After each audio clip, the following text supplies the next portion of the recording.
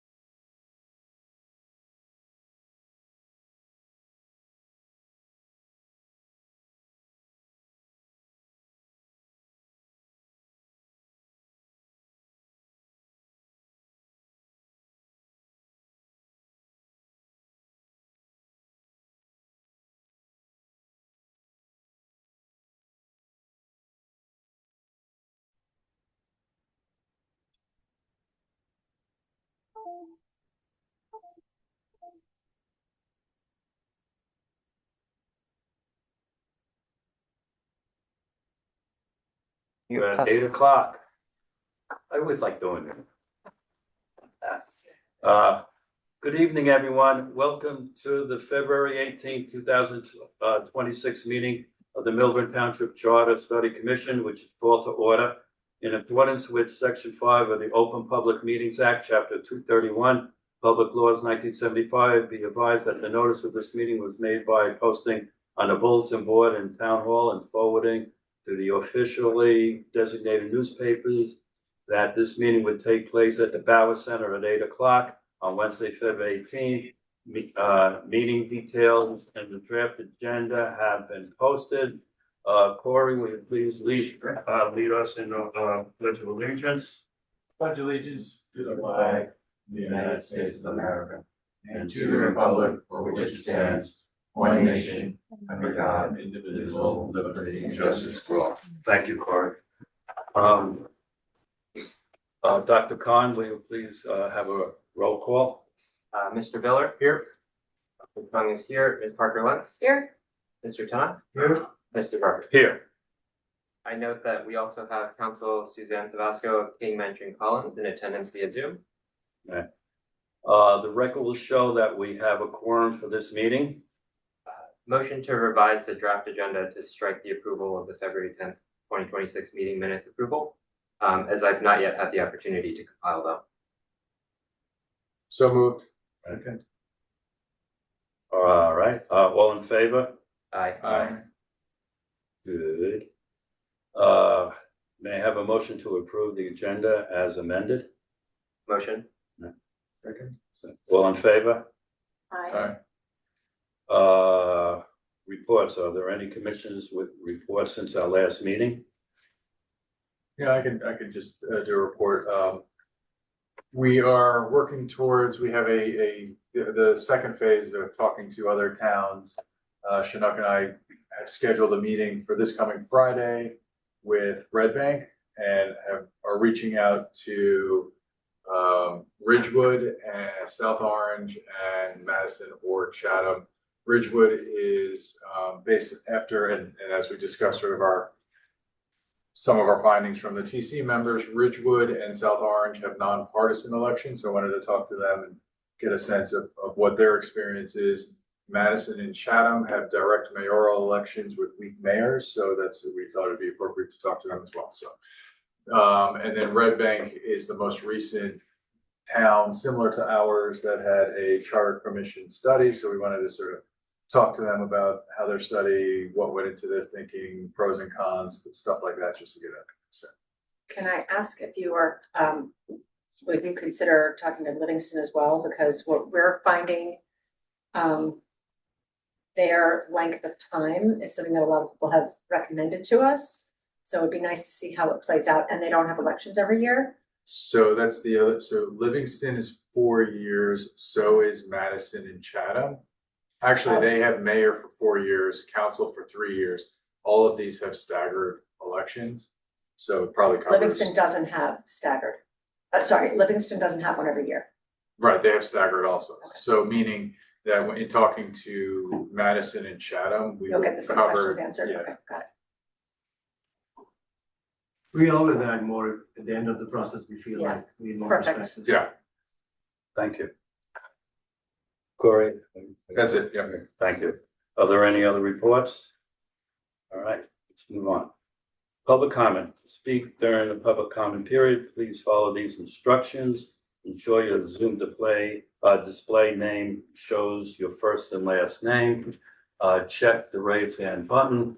You will be called upon in order and promoted to panelist. Please turn on your video when called to speak. Clearly state your full name and whether you are a Millburn resident or business owner to facilitate an orderly meeting and permit all to be heard. Please limit your comments to 3 minutes. A reminder that the public comment period is an opportunity for residents to share their views with the commission. Commissioners will not respond to questions or engage in dialogue during the speaking time, but will carefully consider all comments. At the end of the public comment period, questions and discussion may be addressed at the chair's discretion. Does anyone have anything to say just yet? Anyone on Zoom? Okay, good. I now close the first public comment period. Are there any comments from the commission regarding any comments made from the public? Since there wasn't any, let's continue. Okay. Fasten your seatbelt, guys. This is going to be a long meeting. Old business, interviews. Okay, let me begin if public doesn't mind. Introduction. Oh, by the way, this is a preliminary finding. This is all stat-based scenario, and Dr. Khan at the end, or myself, we will tell you folks how many folks we interviewed and all that other good stuff. So the second major component of our phase 1 fact finding has been a series of structured interviews with current and former township committee members. Tonight, I want to share what we heard. Before I do, I want to say something on behalf of the full commission. The people who agreed to be interviewed for this process, both in private and publicly, gave us their time, their candor, and in many cases, their willingness to be quite honest about the things that didn't go well. These are individuals who devoted years of their lives to serving this community, often at real personal cost in terms of time, family, and sometimes professional complexity. Regardless of what we ultimately recommend, we owe them general respect and gratitude. We learned something important from every single conversation. To put the scope of this work in context, the Homedale Charter Study Commission interviewed 7 elected officials with a collective of 60 years of TC service. Red Bank interviewed 7, reaching back 5 years. Bradley Beach interviewed 8. The 1972 Millburn Charter Study Commission described its record as spanning a whole generation in the political life of this community, reaching back to the 1930s. Our commission interviewed 15 current and former TC members, more than any comparable commission we found, spanning more than 35 years of institutional memory and a collective 70 years of experience governing Millburn.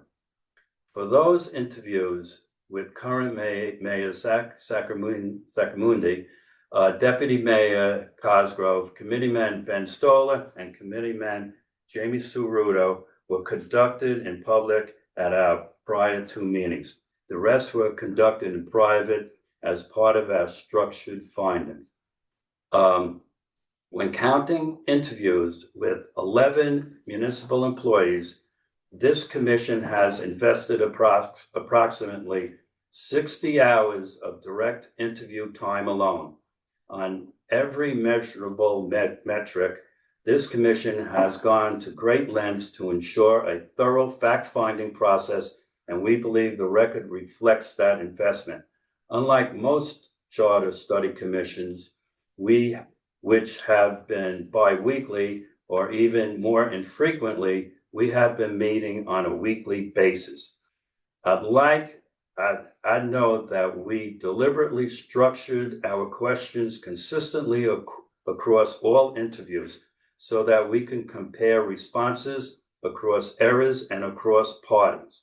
We asked everyone about time commitment, learning curve, time length, election frequency, partisanship, TC working relationships, council size, mayoral selection, the BA relationship, and their assessment of strengths and weaknesses.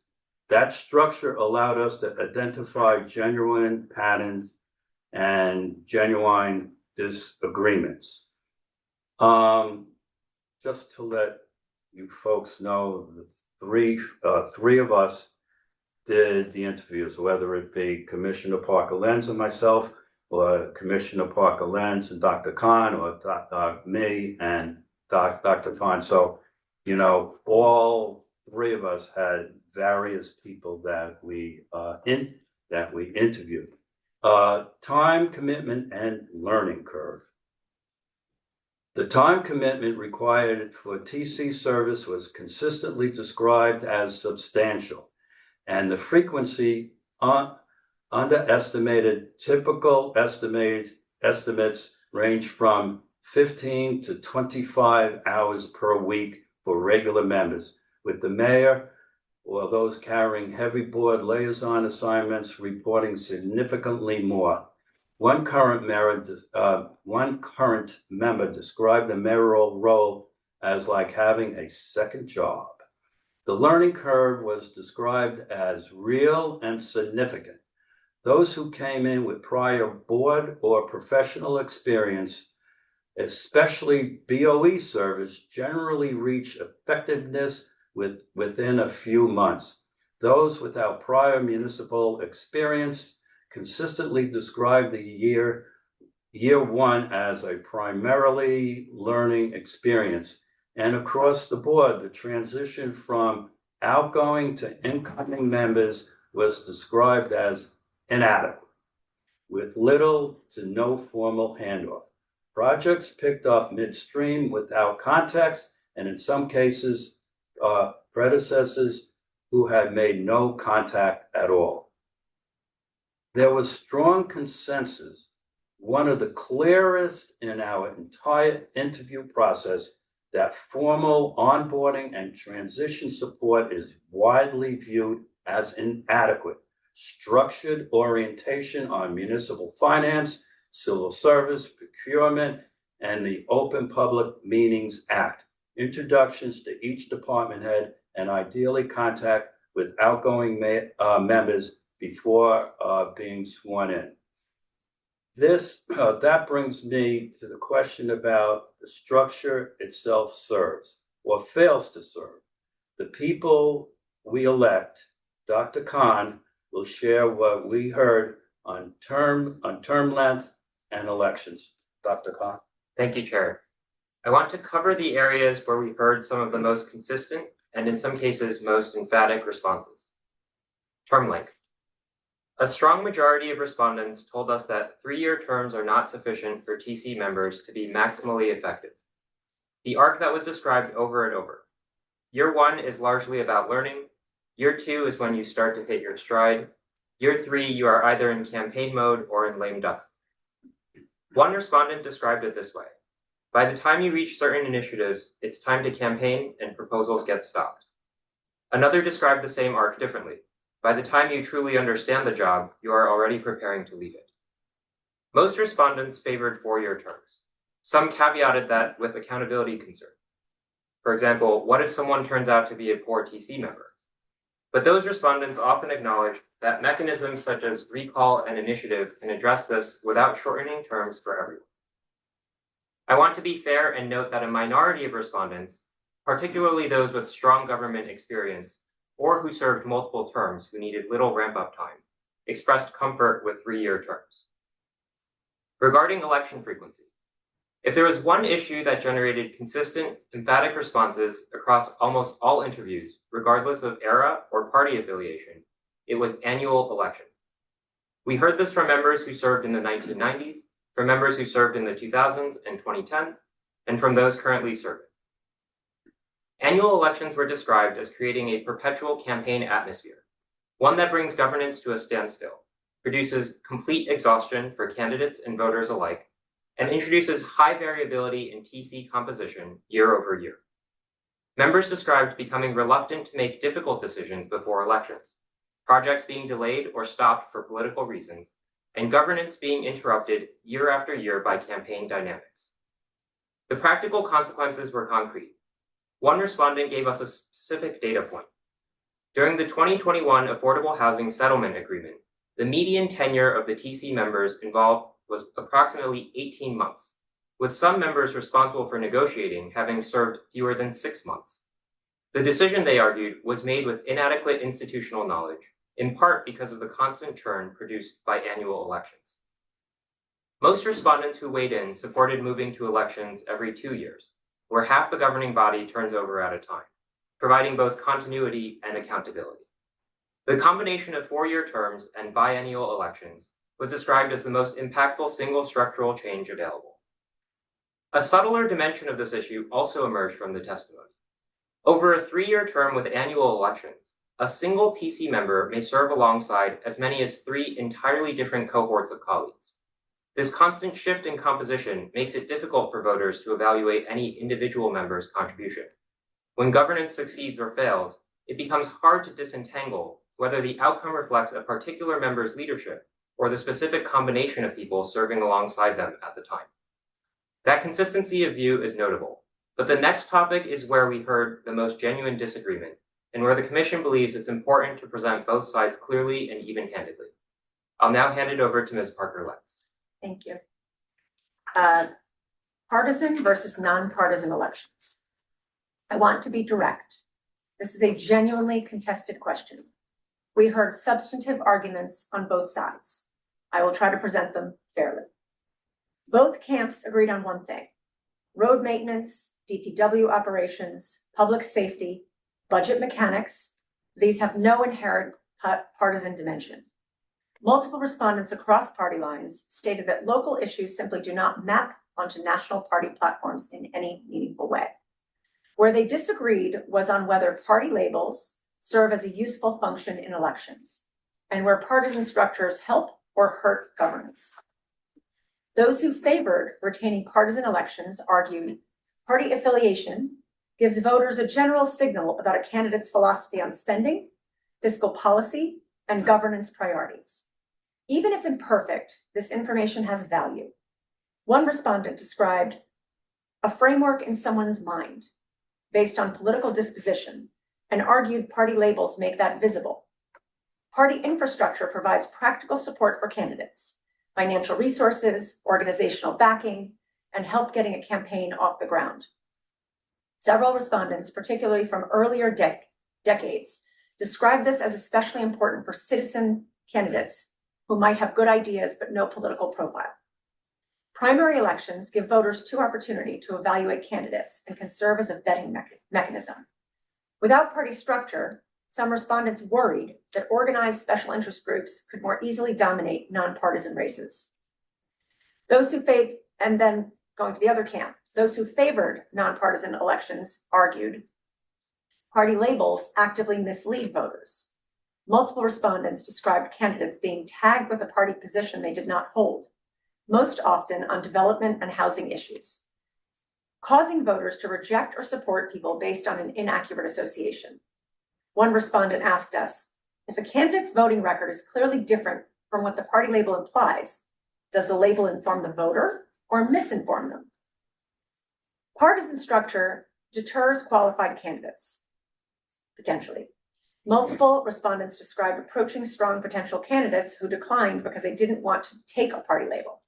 People whose employers have pay-to-play concerns, whose professional contexts make partisan affiliation complicated, or who simply don't subscribe to either party's full platform. One respondent said, We've had great people say they can't bring themselves to take a party label. That's a direct quote. The structural disadvantage extends to the demographics of the electorate itself. Approximately 43.4% of Millburn's registered voters, more than 7,200 people, are unaffiliated. Under a partisan system, any of them who wants to run for local office faces an immediate structural barrier. Affiliate with a party and subject yourself to its vetting, loyalty expectations, and internal political dynamics. Or attempt to run as an independent against the full organizational weight of a party machine. As one respondent put it, partisan elections, quote, potentially keep 45% of voters from running because they are unaffiliated and they would have to pick a party in order to run, unquote. Multiple respondents described the requirement to affiliate with a party and submit to its vetting as precisely the thing that deters many otherwise qualified people from stepping forward. Perhaps most significantly, several respondents described receiving direct pressure from party leaders on how to vote on specific governance issues, not just on who to support in elections, but on actual TC votes. The concern was articulated directly. Quote, TC members often feel they owe their party something, which makes for bad decisions, unquote. This was not hypothetical, it was described as a personal experience by more than one respondent. There is also a legal dimension that rarely gets discussed. Under New Jersey law, when a TC seat is vacated by resignation, death, or any other cause, the seat is filled not by voters, but by the county committee of the party of the departing member. Party organizations have formal appointment power over who sits on the governing body between elections. Residents who voted for a particular person may find their seat filled by someone chosen entirely by party insiders with no public process at all. And the record raises a harder question about what party committee support actually signals. Party organizations coordinate across local, county, and state levels.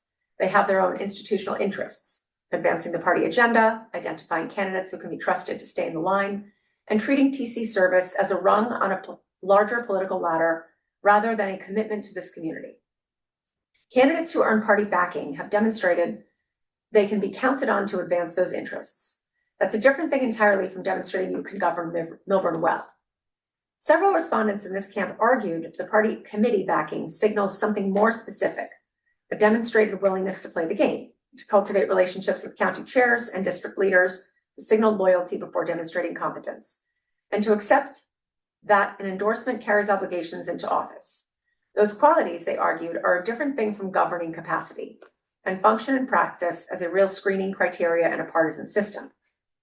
The concern, as one respondent put it, is that TC members end up feeling they owe their party something, and when that happens, it produces decisions that advance party interests rather than their own.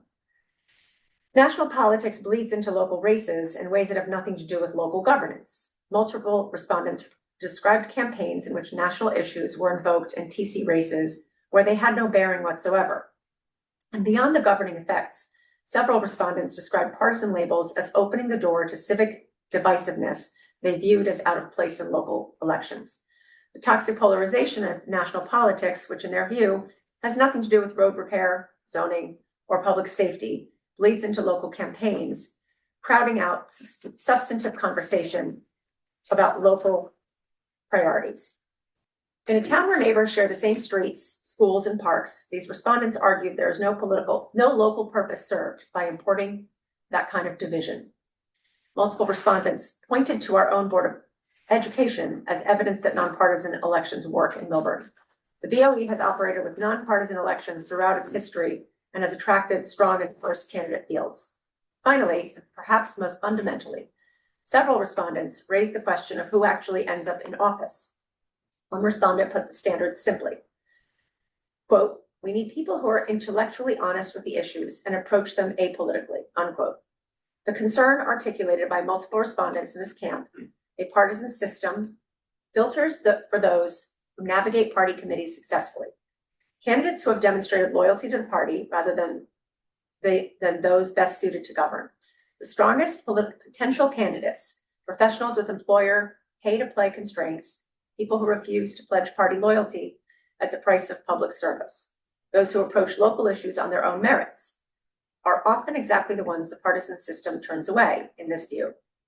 One current member put it plainly, in his professional life, he has never hired anyone based on party affiliation because it has no bearing on the job, and argued that voters should have the same opportunity to evaluate the actual person, their judgment, and qualifications rather than a label. Complications the commission noted on both sides. We want to be transparent that both sets of argument have tensions worth naming. On the argument for partisan elections, one respondent argued the party alignment was essential for access to county funding, but when asked about their actual experience, acknowledged that direct outreach mattered more than party membership, and expressed doubt that a mayor of the opposite party would be turned away. One respondent argued party labels informed voters, but separately acknowledged a party had successfully mislabeled a group of candidates on a housing issue, suggesting labels can mislead as readily as they inform. One respondent argued that TC service as a stepping stone to higher office was a legitimate reason to retain partisan structure. Others viewed this as precisely the problem. A governing body whose members are focused on proving themselves to a party machine is a governing body whose loyalties are divided between the town and the party. And the argument that partisan structure gives voters two shots through primaries deserves scrutiny. In New Jersey, primaries are restricted to registered members of the party holding the primary, and independents, members of the opposing party, have no voice. And locally, primaries have historically been uncontested, which means they have not in practice served as a genuine platform for candidate differentiation. On the arguments for nonpartisan elections, the concern that without party infrastructure, reaching voters could depend more on personal resources is worth naming. One current member acknowledged that running without a party label is genuinely difficult when party line voting gives an automatic structural advantage to whoever carries the label. But the same member pointed to the Milburn's own BOE elections as the relevant empirical test. Contested BOE races feature significantly lower campaign spending than partisan TC elections and consistently draw broader, more diverse candidate fields, suggesting in the member's view that nonpartisan elections lower rather than raise financial barriers to candidacy. On the party committee concern, respondents who raised it also noted that BOE has operated with nonpartisan election for decades without party organizations coming to dominate those races. And there was a broader point that respondents on this side of the debate articulated. Knowing how to earn a county chair's endorsement, cultivate district leaders, and navigate party loyalty dynamics is fundamentally different skill set from knowing how to govern a town well. Multiple respondents argued that if party committee support is the gate through which candidates must pass, the selection mechanism screens for political aptitude rather than governing capacity. Thank you. Thank you. Commission's observation. Oh, You wanted to go? All right, go ahead. it's still here. Okay. The committee's observation. This is one of the most genuinely contested questions in our record. Views appear to divide largely along lines of era of service and direct personal experience, with partisan pressure on governance. We've presented both the arguments and their complications to the public. The commission is not making a recommendation tonight. We want the public to have the full landscape before we proceed to phase 2. Dr. Kung will now address what we heard on TC, working relationships, and structural questions around governing body size and mayoral selection. Thank you, Commissioner Parker-Lentz. That was a very weighty section. I want to cover. It was a very important section. It's very important. I want to cover 3 areas: the question of governing body size and mayoral selection. Actually, 2 areas. Governing body size, 5 versus 7. This question produced a genuine split. Let me give you both sides. Those who favored expanding to 7 argued that 5 creates real operational constraints. With a 3-person quorum and Open Public Meetings Act restrictions on outside communication, building consensus is structurally difficult. One respondent described being limited to only one-on-one conversations before meetings. A single vacancy or recusal can threaten decision-making capacity. On workload, 5 members responsible for all committee and board liaison requirements produces people who are, as one respondent described, stretched across the equivalent of a multitude of separate commitments. 7 members would allow for a more manageable distribution of work and deeper expertise in each area. Subcommittees of 3 are also more functional than 2. A tie can be broken, and recommendations are more authoritative. Regarding organizational capture, With 5 members, securing a majority requires only 3 votes, a threshold that coordinated outside pressure can more plausibly reach. With 7, a majority requires 4 votes, and the larger and more diverse body provides built-in resistance. It is harder to corral more votes and more likely that any organized push will encounter opposition from within the body itself. A larger governing body provides a structural barrier, buffer, against well-organized special interests seeking to drive a particular outcome. Those who favored retaining 5 raised concerns primarily around recruitment. 15 to 25 hours a week of TC service is already a significant ask, and finding qualified candidates is already challenging. Though, as multiple respondents on both sides acknowledge, if elections become less frequent and the process becomes nonpartisan to include unaffiliated residents, that recruitment challenge becomes considerably more manageable, which changes the calculus significantly. Moving on to mayoral selection, directly versus indirectly elected. A majority of respondents favored moving to a directly elected mayor. But before presenting the arguments, I want to flag something important that we encountered in our interview. Many people initially conflated a directly elected mayor with a strong mayor, meaning a full-time executive with independent authority over departments. That is a very different form of government from what most respondents who support direct election actually want. When we clarified the question, asking about a directly elected weak mayor with the same limited presiding officer role over the council as today, but chosen by voters rather than by the TC, opinions often shifted. With that distinction in mind, those who favored direct election of a weak mayor, that is, a mayor similar in our current form of government, argued primarily that the current internal selection process generates recurring conflict and dysfunction. This was described across every era we interviewed: backroom dealing, hurt feelings, and coalition building that damages TC cohesion and governance quality, including during years when a single party controlled all 5 seats. One respondent described the process as unsustainable and creating disunity and disharmony that affected governance in the months leading up to budget. Direct election would give the mayor a public mandate and remove the internal selection process entirely. They also argued that public understanding matters. Most residents do not know the mayor is selected by the TC rather than elected by them. A directly elected mayor, even with the same limited authority, would be more clearly accountable and easier for the public to understand. Those who favored retaining the current system cited the equal standing of all TC members as a value worth preserving. If the role is truly first among equals, direct election may create a perceived hierarchy without a functional one. Some felt the dysfunction around mayor selection was a product of partisan politics and would diminish under a less polarized system without requiring structural change. On the question of a strong mayor, the commission found near universal opposition. A strong mayor requires a full-time professional commitment that, in a community like Millburn where most residents are professionals, would restrict the candidate pool.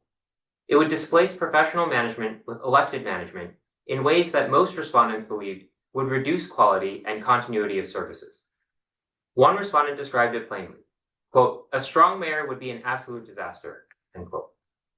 Multiple respondents who supported direct election were explicit that the position should remain weak, a presiding officer and public face, with professional management through the BA. Next section is about business administrator structure.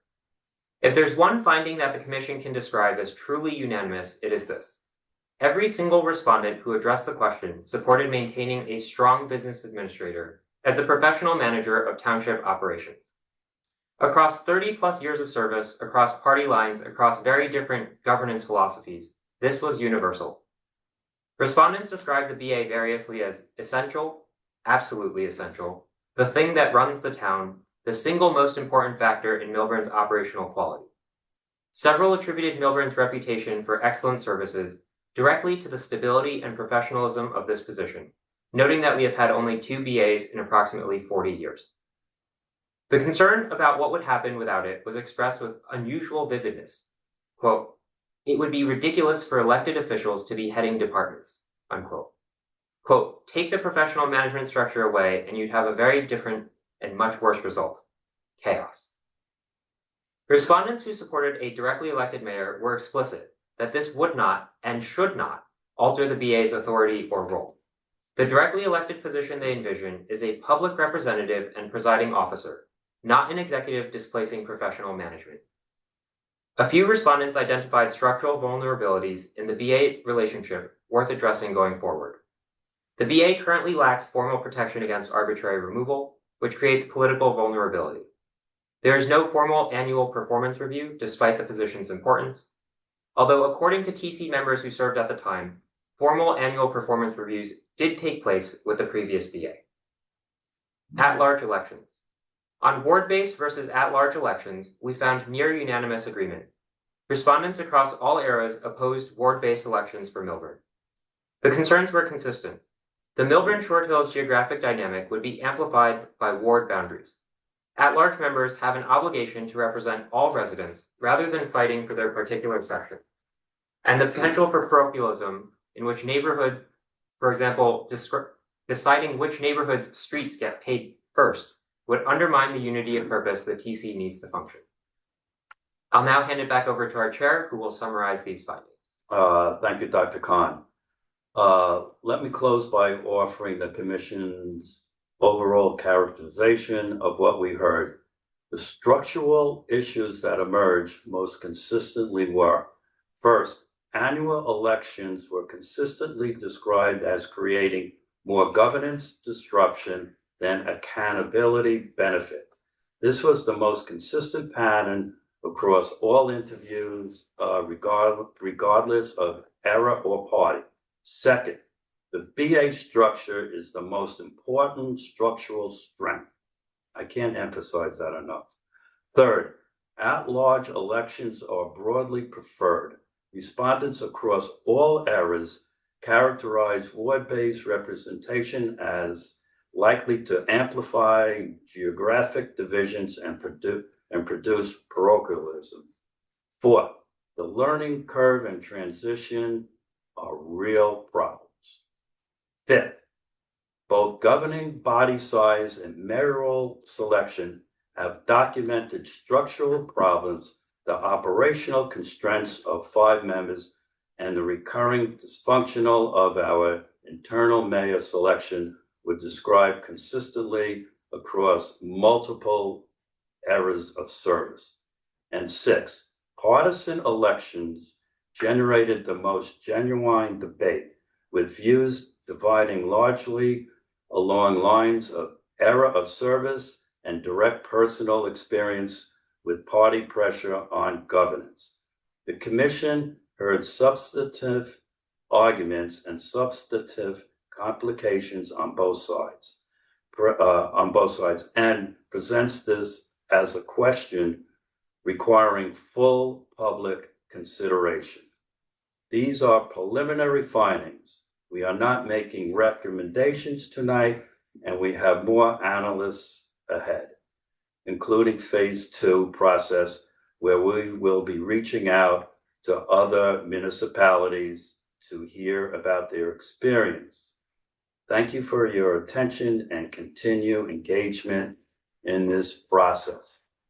Before we go to the public, I just want to say to Corey Bill and Chinook Tana, phase 2, you guys can start. We're still working. Yeah, we still have a couple more. Yeah, we still have more, but I want those guys to start. We have. We've already scheduled Okay. interviews with them. Before public comment, there's a- Yeah, old business. Oh, still coming to old Yeah, we business. got old business. All right. Old business. Old business. Yeah. Oh, community out. So for community outreach, Oh, I'm sorry. Yeah, I was on the wrong page. yeah, so we're doing our usual community outreach. Most of the channels we're trying to tackle and cover. I feel like enough people are asking me personal questions, so some people are, are listening and watching in retrospect, what we've been doing.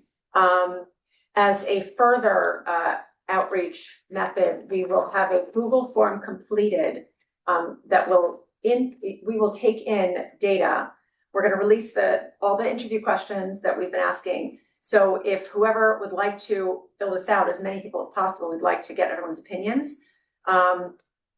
you can answer these questions. Obviously, some will be non-applicable, so the questions like how long you've been a TC member, you'll ignore those questions, but that will populate our Google form so that all the commissioners can study everyone's responses.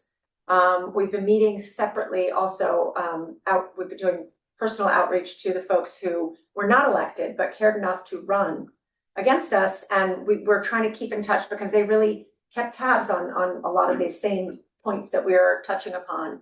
And we're trying to get each of them to also commit to putting their input. If anyone is part of a civic association, if someone wants to be the head of that association, filling out questions on behalf, we certainly welcome that too. So if a civic association wants to get together with their members, fill this out. We'd love to get as many people in this outreach process as possible. So we get your opinions, because someone I just met with, very recently this weekend, was adamantly opposed to any changes. She was definitely very strong on recommending that she likes the form that we have. She likes partisan, she feels informed. So everyone's gonna have different opinions, and now we'd love to hear from the public. We've been interviewing folks who've served and people who've worked in the town, but we very much wanna hear what the general populace, that cares out there is thinking as well. Thank you. Well. Thank you. Public comment. Gotta read this again? Wait a minute. I gotta read this. Disclaimer. To speak during the public comment period, please follow these instructions. Ensure your Zoom display name shows your first and last name. Click the raise hand button. You will be called upon in order and promoted to the panelists. Please turn on your video when called to speak. Clearly state your full name and whether you are a Millburn resident or business owner to facilitate an orderly meeting and permit all to be heard. Please limit your comments to 3 minutes. A reminder that the public comment period is an opportunity for residents to share their views with the commission. Commissioners will not respond to questions or engage in dialogue during your speaking time, but we will carefully consider all comments. At the end of the public comment period, questions and discussions may be addressed by the chair's discretion. Let's have the folks in the audience go first, if you don't mind. Yeah, Mike Becker, Millburn Short Hills, 50 year. I'm not gonna give my address. We don't want your address. We know where you live. I have 4 quick questions, and if you don't have time to answer them, it's okay. The first question is, does Collins have to be here for every meeting or only decision meetings? I'm sorry, Mike. Collins, your attorney. does he We have- have an attorney right there. Right there. She's on Zoom. Oh, okay, I'm She's She's on sorry. behind Zoom. you. Sorry, I didn't turn around. Yeah. They are at every meeting. Okay. Yes. What's the current count in New Jersey of towns in the last 5 to 10 years that have switched? It was about 26, 29. Do you know the count now? And is it going up? We don't know. We can look it up. This is part of our phase 2. That's for that's direct phase research, 2. yeah. Okay. So you don't have that answer yet. No. Not yet. We will have it. Summit. Who is Summit not in the 7 types of consideration sets that you're allowed to look at because of the nature of Summit? Because they have a full-time paid ex-lawyer, retired mayor. And I'd like to know if the success of that, even though I heard there was some not so enthusiastic about it, but I'd be interested in that. And the final question goes about the focus groups you're talking about. You're not statistical in what you're doing now, because you're just talking to relatively few people for all of New Jersey. But when you get to 7,000 registered voters, I don't know if you should do one focus group, but it should be, if you're going to quote from it, it should be, a number should be statistically correct, in my opinion. That's it. Can I ask a follow-up question? Is that okay? Chair, it's at your discretion. About number 4. Make it short. Oh, right. No, you go ahead. For number 4, are you talking about you're talking about the 15 people that we've interviewed from the former TC and then, the extra people from municipal government, you mean? Yeah. So we're trying to follow the guidelines that were set forth to us, and we're also trying to follow what some of the other towns did. one of the towns only interviewed 7 people Yeah. that were former TC members. So we feel like we've done more. We're on track to do 2 more people. And then we have a couple more people to interview as part of the phase 2 that will include people on a panel that will bring in other voices. And we are all going back to, once we learn more about the phase that Chinook and Ori are doing, we'll be going back with likely a set of follow-up questions. And once the public comes out and gives us like their opinions, if people have other questions that are follow-ups that we didn't, perhaps we missed, we'll go back to people.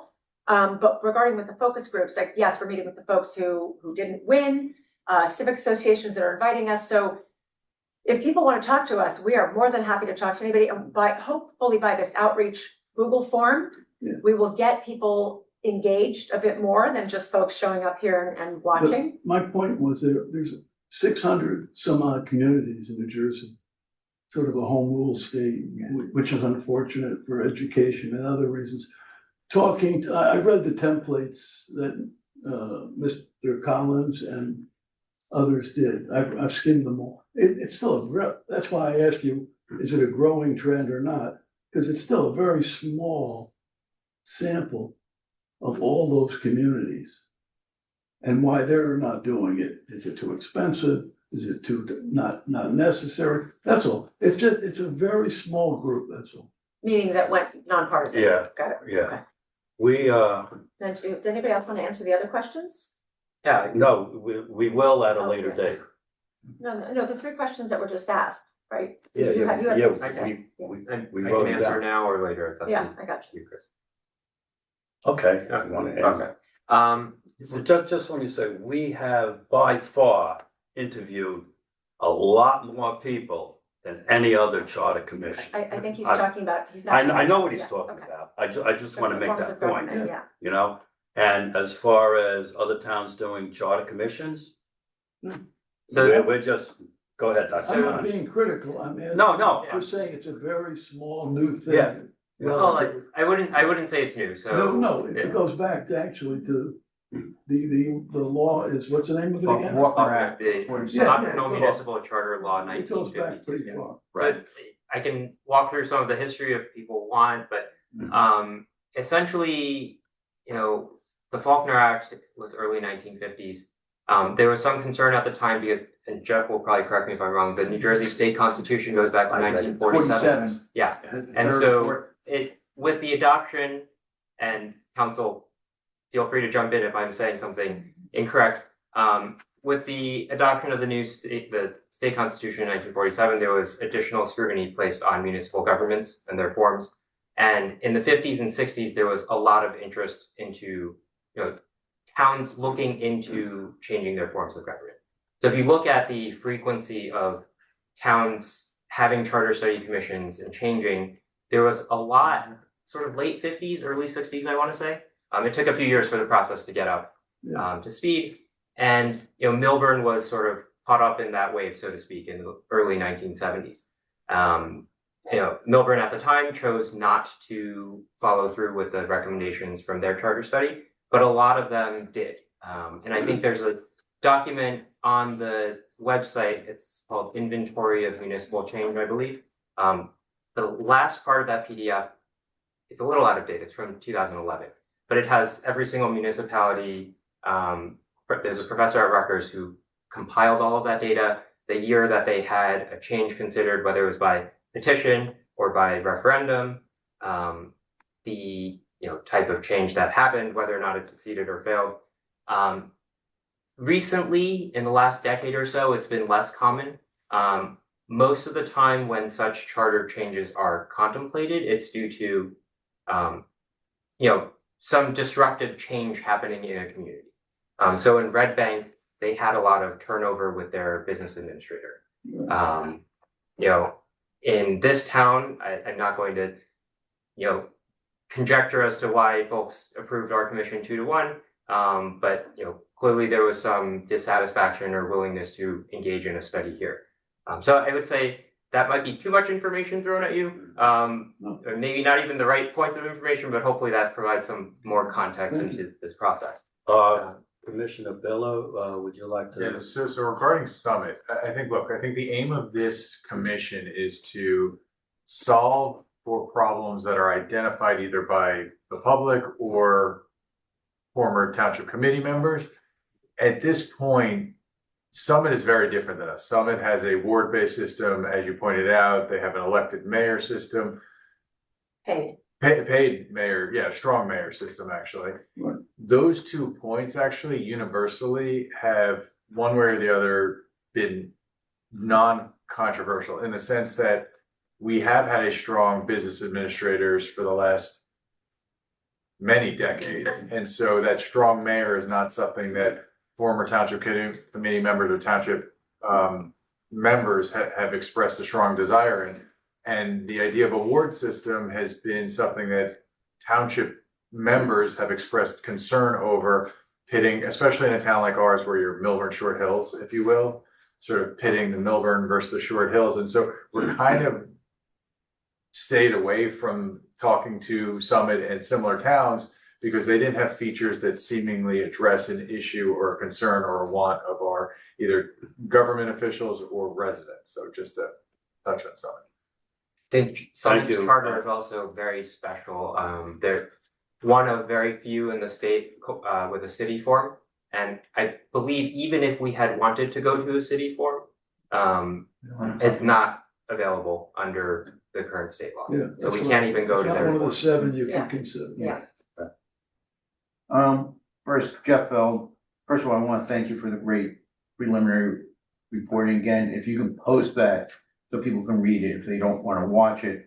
I'd just like a little more clarification. Jeff, just 1 second, please.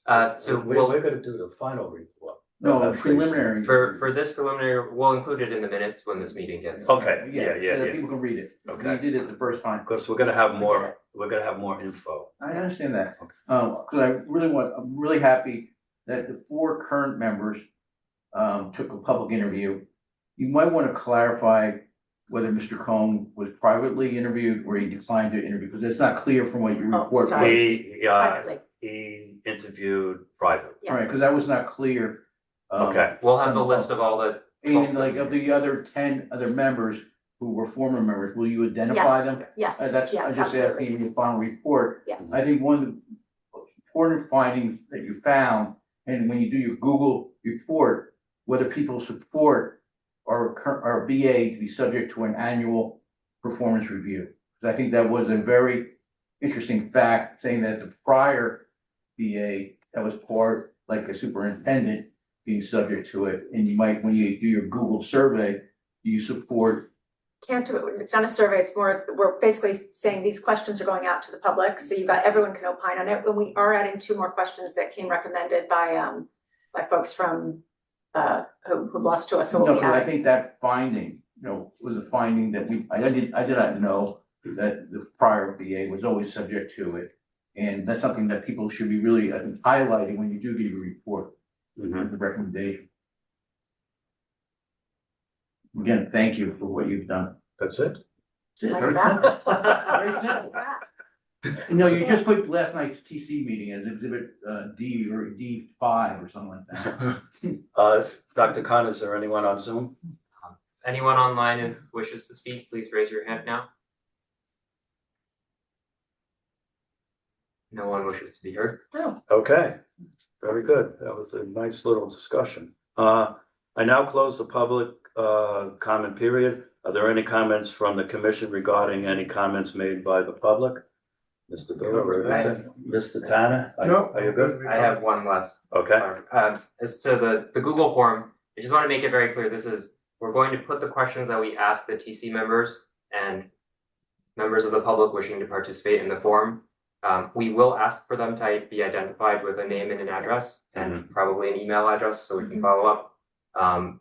The purpose of this is so they can provide their qualitative responses. It's not for us to tabulate how many people believe a certain way. It's to make sure that we have identified any and all justifications for options that could be considered. and plus it's gonna be all data driven. It's gonna be all data driven. All right, I got nothing else. Everyone, okay, good. May I have a motion to adjourn the meeting? Second. All right, all in favor? All right, Thank you. thank you, folks. Come on. Oh. Did you have Thank you. people on watching tonight?